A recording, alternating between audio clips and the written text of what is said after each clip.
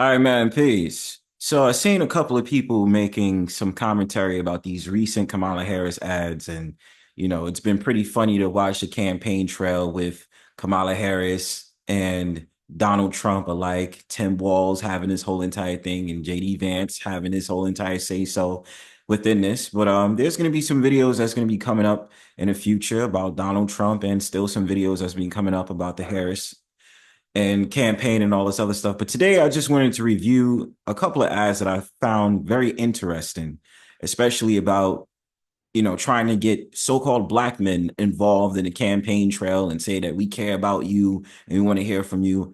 It's all a bunch of fluff. And there's a couple of other articles that I'm going to review that I understood is a bunch of fluff. But this video I'm going to be reviewing, this campaign ad, was pretty funny, just in the sense that they're now trying to talk about real men, real men, real men, masculinity at its finest. And, you should be able to still be a real man if you want to vote for a woman like Kamala Harris, which look, listen, there is always subjective reasons why a man might be right in saying that a woman doesn't particularly fit for a certain role, such as being president of the United States.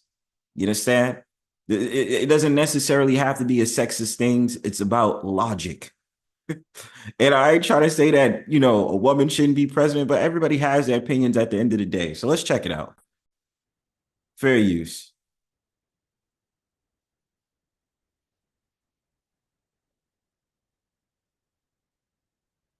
I'm a man. I'm a man. I'm a man, man. And I'm man enough. I'm man enough to enjoy a barrel-proof bourbon. Neat. Man enough to cook my steak rare. Man enough. Man. Let's To continue. deadlift 500, then braid the out of my daughter's hair. You think I'm a... And already this shit is cringy. So let's rewind this back. So a so-called black man that sat up there and said that he could lift 500 whatever, and then after that braid the shit out his daughter's hair. As if that's supposed to be saying that black men or men in general can't braid their daughter's hair. I mean, where do we escape off of this already with already establishing the stereotypes of a big black man? Minus the fact what comes to my head is someone like Terry Crews, but that's just something for a different order. It's just so cringy already that a black man is trying to say he's a real man because he can deadlift weights and stuff like that and then braid his daughter's hair right afterwards. Like, what does that mean?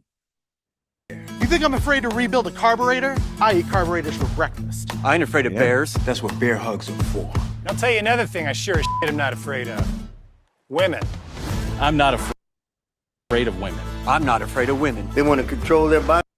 But that's the funny thing about this stupid ass ad, right? Because no one in the history of ever having a conversation, if you ask men voters, are afraid of a woman taking a higher position. It's just that dudes don't agree with it. So it's all these gaslighting techniques that they're using with these men who's like the manliest man. Like first you get the black masculinity stereotype. Then you get the average Joe Schmo farming man stereotype. You get the man who's a motorcycle freak or, he's into working on cars, motorcycles, and all these different things. And then you get the big man. So that comes around with the fat stereotype of men. So the thing about it is in this ad, which they did a horrible job in doing, is trying to relate these men stereotypical tropes in order for them to say, I'm still a real man because I want to vote for a woman. It's disgusting. I say go for it. They want to use IVF to start a family? I'm not afraid of families. They want to be childless cat ladies. Have all the cats you want. Woman wants to be president? Well, I hope she has the guts to look me right in the eye and accept my full-throated endorsement. Because Bro, I wouldn't accept your endorsement about shit. First of all, the way that this dude is sitting, it already tells me you have some type of feminine value to you, my dude.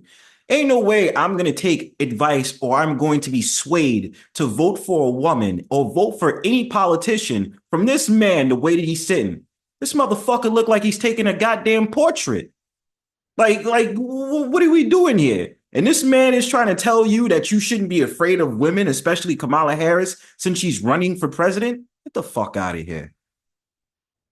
I'm man enough to support women. Man enough to know what kind of donuts I like. Man enough to admit I'm lost, even when I refuse to ask for directions. books. Man enough to not ban young women from reading Little Women. Or one of those pants books that the sisters like. I'm man enough to raw dog a flight.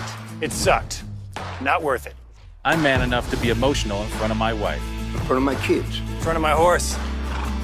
And again, this whole entire thing of redefining masculinity, men being vulnerable, men being able to go out in front of their woman and express their emotional values and the things that they're going through, crying in front of their woman, specifically a girlfriend, a wife, their daughters, or even their sons and all this other stuff.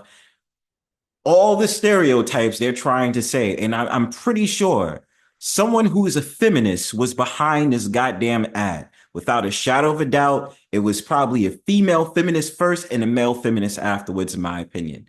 And then they'll sit up there and try to relate it to some type of red pill bullshit and all this other stuff. This rabbit hole of these campaigns is just hilarious to me. I'm man enough to tell you that I cry at Love Actually. Good Will Hunting. Okay, so cool. I cried at I cried at The Notebook. I did it, but I mean, it's like they take the cheesiest things and apply it to men and try to say, well, I'm man enough to admit that I cried and blah, blah, blah. I haven't cried for movies since I was a child. I'm a young man. I'm young, okay? Like, whatever, who the fuck, as a man, why would you admit that? As a way to say, I'm still a man just because I cry at movies. Like, how does that relate to the campaign trail of Kamala Harris and Tim Walz? I mean, seriously, when you sit up there and say about voting for a woman specifically, this is what's going off in my head specifically to Harris. What are their policies?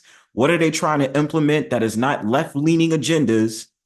Could be right. I have no idea. These conservative things that they keep saying. And every single time I look at these ads, it's just about what the men does.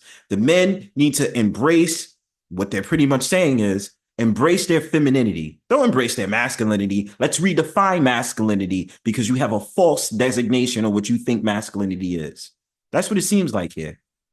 West Side Story. That and Predator. And I'm sick of so-called men domineering, belittling, and controlling women just so they can feel more powerful. That's not how my mama raised me. I love women. I love women who support their families. Women who decide not to have families. Women who take charge. And I'm man enough to help them win. I don't mean the rabbit hole in this whole entire campaign just goes deeper.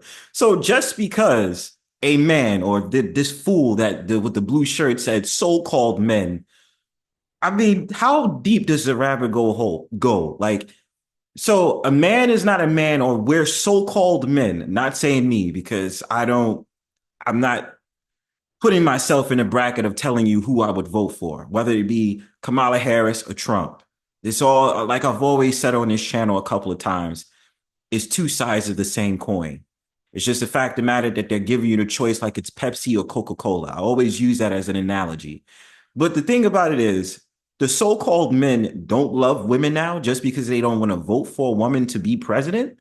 Is that where we're going with these campaign ads? So this next video I'm checking out comes from this channel, this news source called Sky News Australia. And I've been watching their viewpoints along the campaign trails. A part of me was kind of like, why is it the fact of the matter that, you know, you have different countries that's outside of the United States that wants to know about the campaign? You know, you have people from London, United Kingdom that chimes in. You have people from Australia that chimed in. And then I also did a video about how you had the Pope chime in about his whole entire thing about the campaign and about the presidential election, looking for the elect and all that other stuff. But in this ad, we're going to be checking about how they use the popular parody of Pop the Balloon Looking for Love segment within this piece, in which I found pretty funny. And I'm going to do a little bit more of a breakdown on my opinion after we watch this video. So Pete, fair use.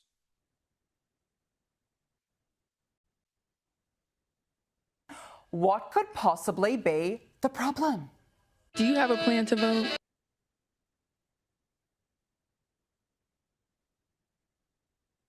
This potential love interest. Hello, ladies. I'm Trey. It's good to be here. Hey, Trey. Hey, hey. So, what do you do and how much do you make? I work in finance, making 6 figures. How tall are you? 6'5"? Okay. Hold on. So this is, maybe I'm being hypercritical when I've watched this video, because y'all already know I'm jumping in. When I've watched the Pop the Balloon segment, and I've done videos on this before, y'all can watch it anytime. They did not, first of all, that was a broad description. I work in finance and make six figures. Like, so you're not going to tell us the actual position you have as a man who makes six figures? And on top of that, I don't think it usually happens within the Pop the Balloon segment where they admit how much they earn a year, unless that question goes down further down the line from the participants who want to know more about the guy that they want to date, right? So already, again, I'm probably being critical, and I understand it's a parody, but, you know, stuff like this, man, like, come on. Do you work out? I like to stay active, yeah. Okay, so he earns six figures, he's 6'5", he's an attractive man. What could possibly be the problem? Watch this. Do you have a plan to vote? I didn't plan on it.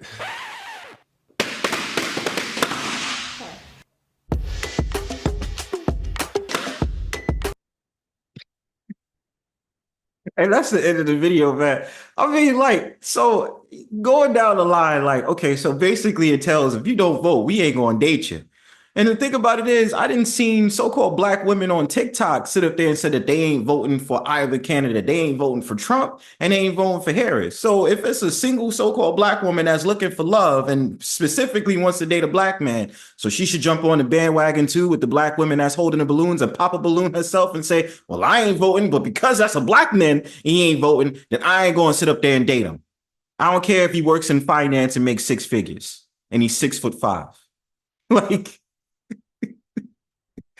my whole entire thing is, y'all, this is something they've been deliberately doing towards so-called black men, not just in this particular cycle of trying to look for a president-elect.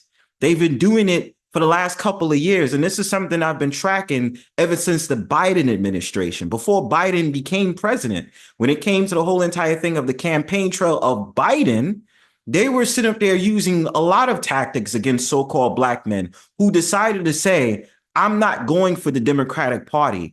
I'm not going to deal with that. You had more of the so-called black men come through and say, hey, I might want to go for Trump because these are the different things under Trump that was done that other presidents didn't do. Or that Biden is not going to fulfill the promise of doing these different things. So I'm going to go for Trump because of these results. So basically, what I want to understand is whoever is behind this ad.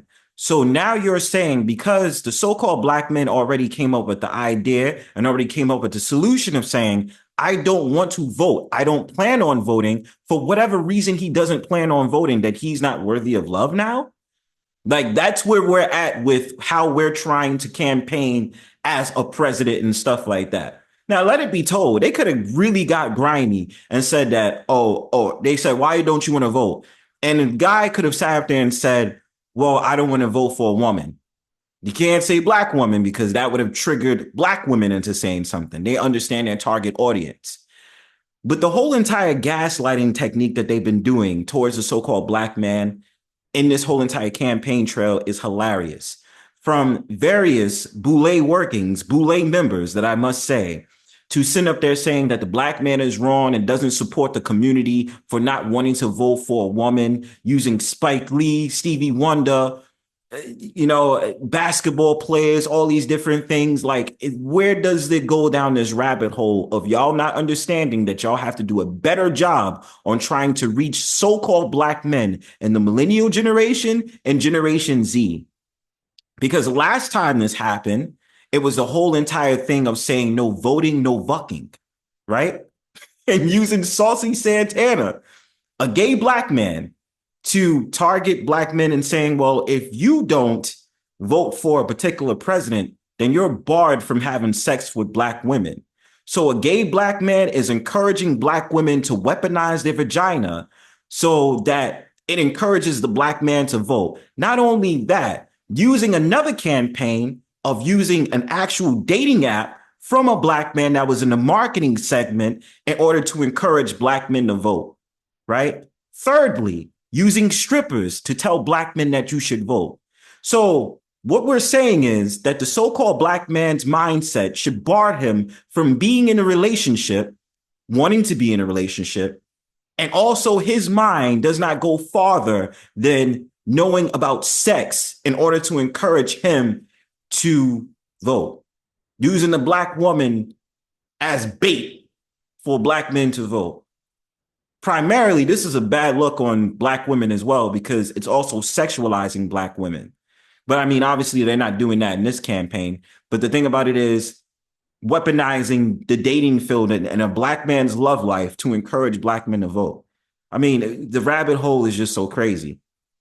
But let's have a conversation on this. Make sure you like, share, and subscribe. Please make sure that you comment on this. Give me your thoughts. All right, man. Peace.